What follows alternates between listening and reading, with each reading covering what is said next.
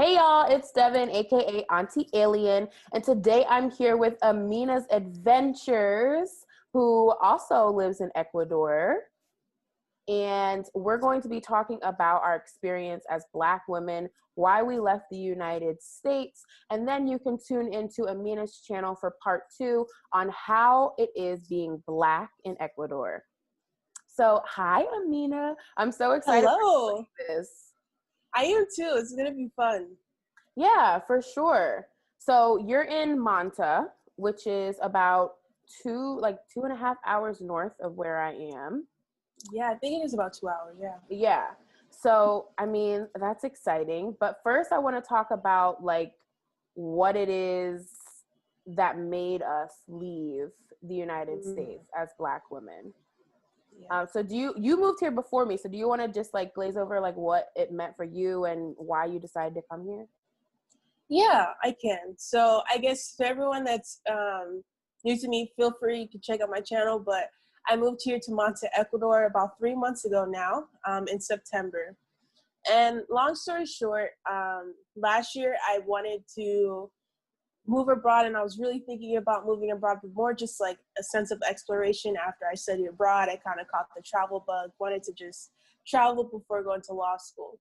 As time went on and then COVID hit, I kind of was like, okay, this isn't happening. And I guess to move forward, kind of when George Floyd happened, Ahmaud Arbery, all these different things, all these events, and just my own realization of myself, what I want, my goals, whatever you want to call it, it turned into more of this urgency. And one day I kind of was like, I think I can still make this happen. And it honestly just evolved into something inside me just kept saying, get out, get out, get out. And this whole journey, I think, just started with me just following that intuition, following that gut feeling I had about that. And I just kind of followed it. And people always ask me why Ecuador, but I've landed here in Manta, Ecuador, and I'm really, really glad I did. What about you, Devin? What brought you here? I think it's definitely from a similar place. Like George Floyd's murder, I think it was that moment. Like we knew about these injustices, we knew about police brutality and everything, but that was the moment that kind of shook everything up to like make me realize like you're still here and you said you were leaving, so something's got to give. And just like with the changes this year has thrown at me, personally, career wise, it was kind of like, well, what are you waiting for? And just seeing the way that the United States handled COVID was like, okay, so are you going to stay and be here for this second wave and, post-election, and who knows what else is going to happen? Or are you going to follow your dreams and, get out? Basically, me and my husband have looked at it kind of like we're getting the American dream by leaving. Like we know that what is sold to us as the American dream just isn't attainable there. Us being both working for ourselves, things like healthcare is not something that we are going to get through any job that we have.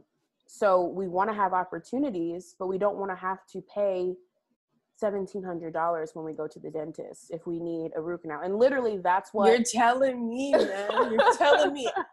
I literally just the other day I needed a root canal, and I was still kind of shook because they're like, it'll be $250, and I was like, that's a lot of money. But even then, like I was compared to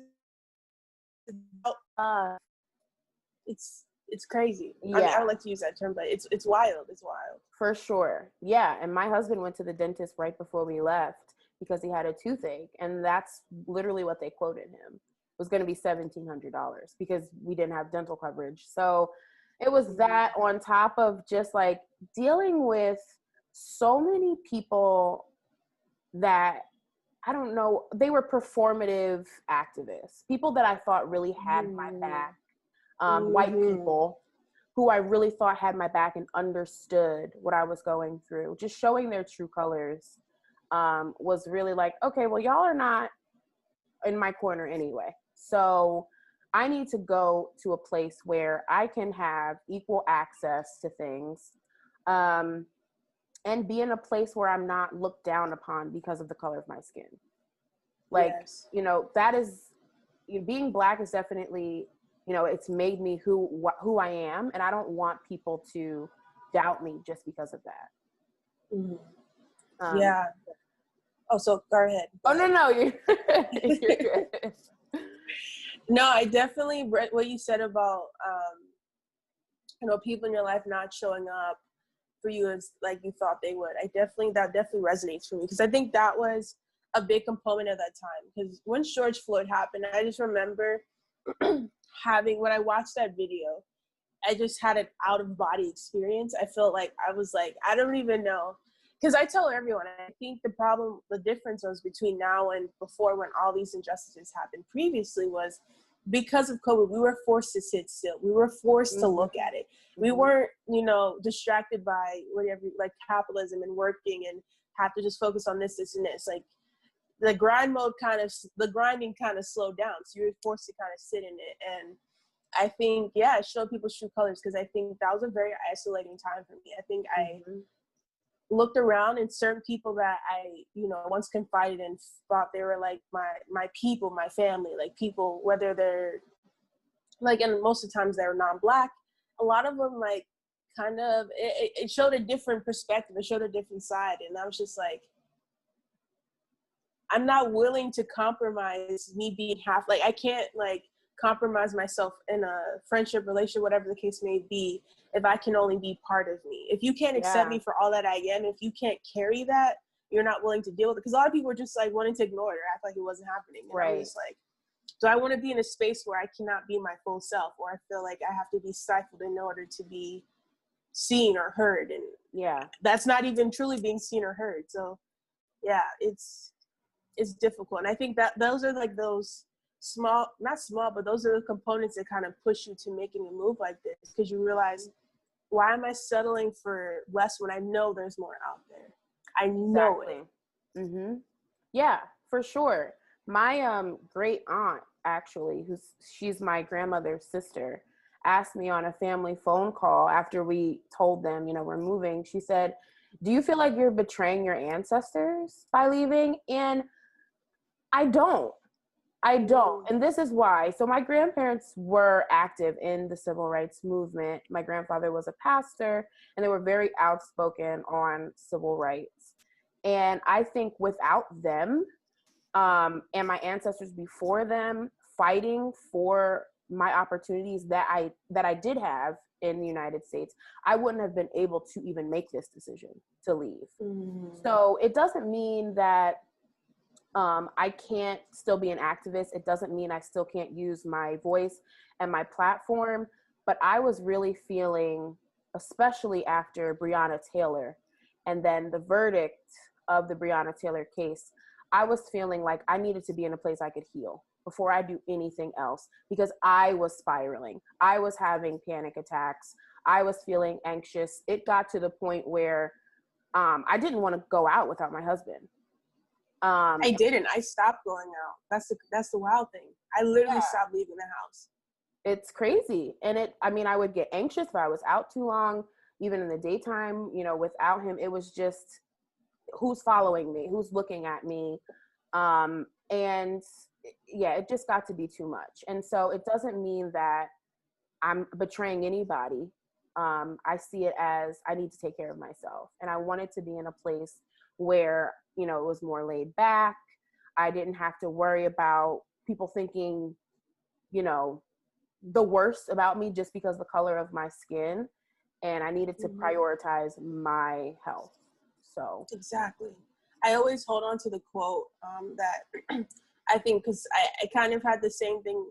Now, no one asked me directly, but kind of like, oh, your ancestors, whatever. But something that really helped me was my ancestors didn't survive for me to survive. They survived so I could thrive. They didn't go through all the crap that they went through for me to just go through it again. They went through it so I could have better, so I can hope for better, to work for better, and to be in a better place. So it's like, yeah, like it's, and I think that's also the big part. It's not even always about like where you go. It's just being in an environment that's more conducive to you have the space, the time, the energy to actually heal from these things. Like you moving, like I tell people all the time, moving abroad is not going to solve all your problems.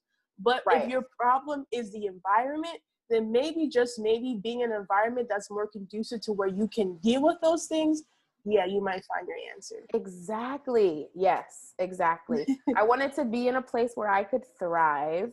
I think like heart disease is like the number one killer of Black women in the States. And I think that's because we're overworked and underappreciated. And, you know, I have those in my family line, like high blood pressure, high cholesterol. I wanted to be in a place where it was laid back and I could thrive and not have to be working myself to the bone, to the core, just to be hanging on. Like, I don't want to just be hanging on. I want to be soaring. So I had to get up out of there. I'm glad we both did. For sure. To hear how we are adjusting as Black women living in Ecuador, head over to Aminah's page at Aminah's Adventures right now to watch part 2.